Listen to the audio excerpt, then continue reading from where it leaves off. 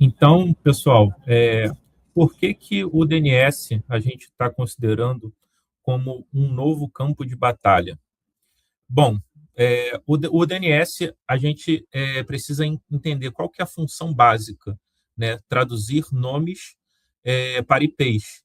E isso daí é o início de qualquer ponto de conectividade, qualquer ação que acontece na internet, seja de um computador, de um smartphone, de um dispositivo de IoT, tudo vai resolver nome e endereço IP, porque simplesmente é muito mais fácil você gerenciar nomes do que endereços IPs, que são números que vão ser difícil de ser memorizados, né? Então, por ele fazer uma função tão básica, ele é considerado, digamos assim, benigno, porque, obviamente, você precisa resolver nomes, só que ele também é explorado por atacantes, né? Principalmente para comando e controle, exfiltração e infiltração de dados. E assim, quais são os tipos de ameaças que exploram o DNS? Né? A gente já tem ah, conhecidos domínios maliciosos, que são aqueles domínios, aqueles sites que provêm caixas de ferramenta para os atacantes baixarem e utilizarem para explorar vulnerabilidades aí de sistemas. A gente tem outro que também é muito comum, esse domínios lookalike, que são os domínios similares, né, onde você tem, por exemplo, alguém pode criar um domínio Itaú e o A ser o alfa do alfabeto grego, que é muito parecido, e quem não presta atenção da maneira como está escrito pode ser redirecionado para um site de phishing, colocar seus dados bancários e acabar sendo vítima de um ataque. Né? E tem também outro, também bastante comum, que são os domínios gerados por algoritmos, né?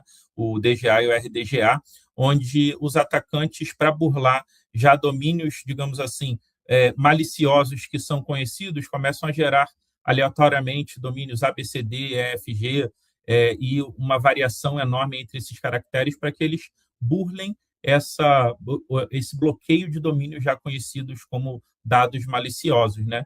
Dentre outras várias opções que não vale ficar entrando aqui em cada uma delas, mas vocês vão poder depois ter acesso a esse documento, vocês vão poder consultar aí sem problemas. E qual que é o agravante dentro de todo esse cenário, né? Muitas soluções de DNS não detectam coisas que, no nosso entendimento, são básicas, né? A maioria do tipo de consulta maliciosa que é detectado nas soluções de proteção de DNS só são do registro tipo A. Só que existem tanto outros registros dentro dessa tecnologia do DNS que podem ser usados para utilização de exfiltração de dados, de instalação de malware. E aí a gente tem aqui esse dado que é muito interessante do laboratório Tolle, que é um laboratório independente e faz testes aí de tecnologias, que apenas 59% das ameaças locais são bloqueadas pela média do mercado. E aí, quando a gente fala ainda desse percentual de bloqueio, olhando só para o Brasil, esse percentual está ainda pior, que a gente está falando só de 21% de testes reais que são bloqueados no Brasil. E aí, entrando um pouco até nesse teste independente que o Tony comentou, feito por esse laboratório Tolle, qual foi o teste que foi feito pelo laboratório? Eles testaram basicamente 3 pontos, né? Ataque de ransomware via DNS, exfiltração de dados e malware em arquivo, como o DNS Messenger.